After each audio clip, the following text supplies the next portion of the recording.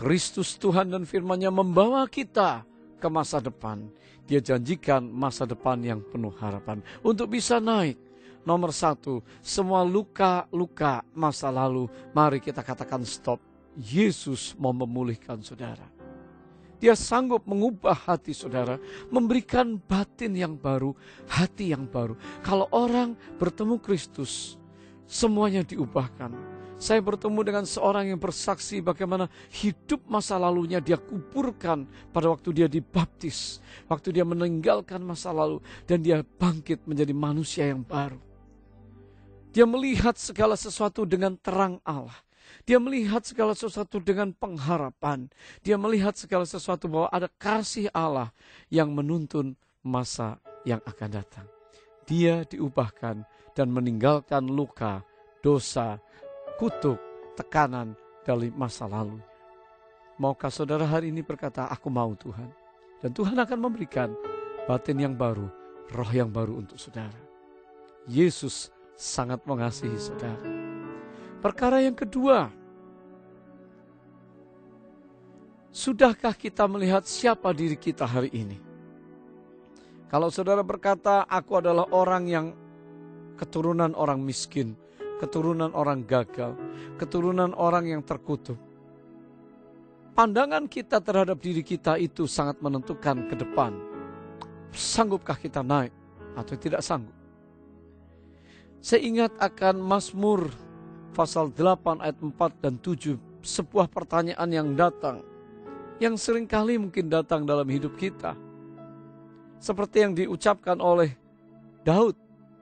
Manusia hina yang diangkat menjadi makhluk yang mulia.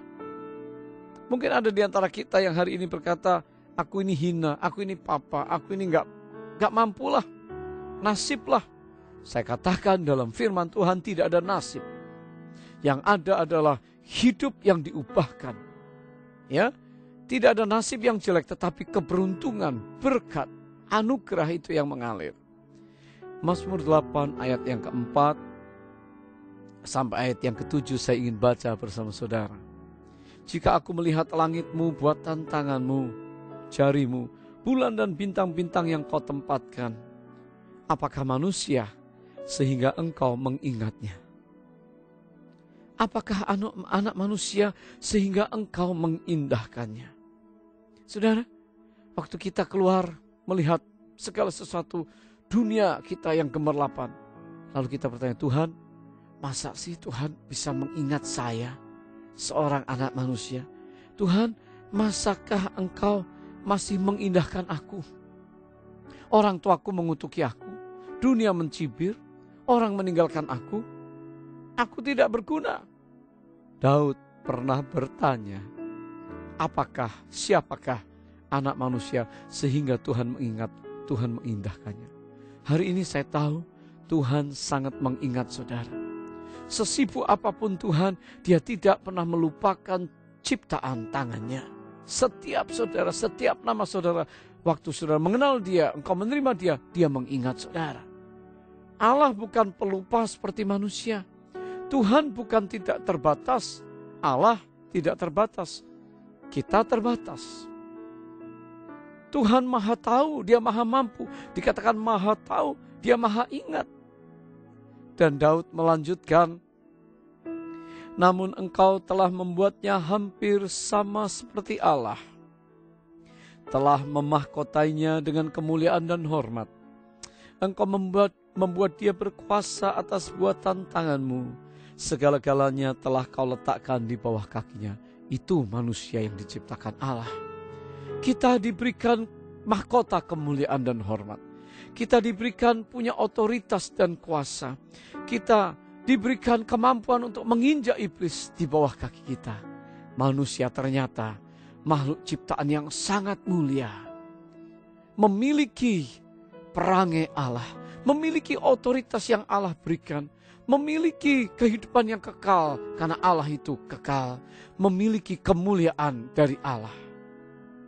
Walaupun 2000 tahun yang lalu banyak orang yang belum mengerti, tapi Kristus telah datang untuk menebus manusia dari hidup sia-sia, dari dosa kematian, dan Dia menggantikan semua ini menjadi milik kita.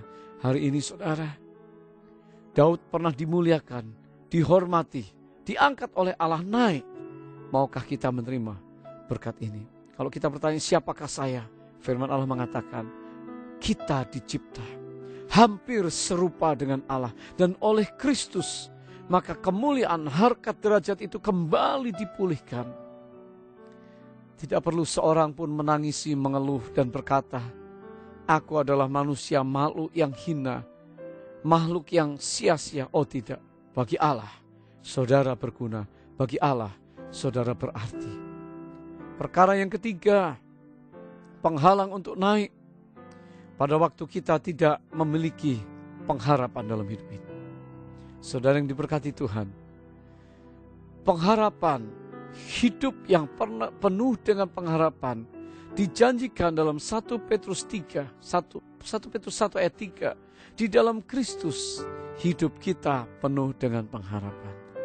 Puji Tuhan, saya berdoa hari ini kiranya saudara menemukan janji Allah ini supaya kita bisa naik dan tidak turun. Tetap bersama saya dalam This Is Your Time.